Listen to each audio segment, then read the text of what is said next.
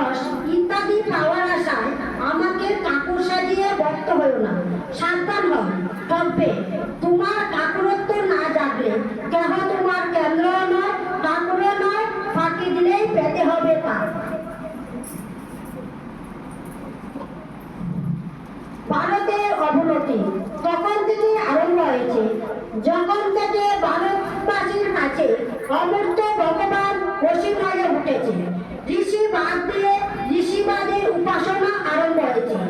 ভারত যদি ভবিষ্যৎ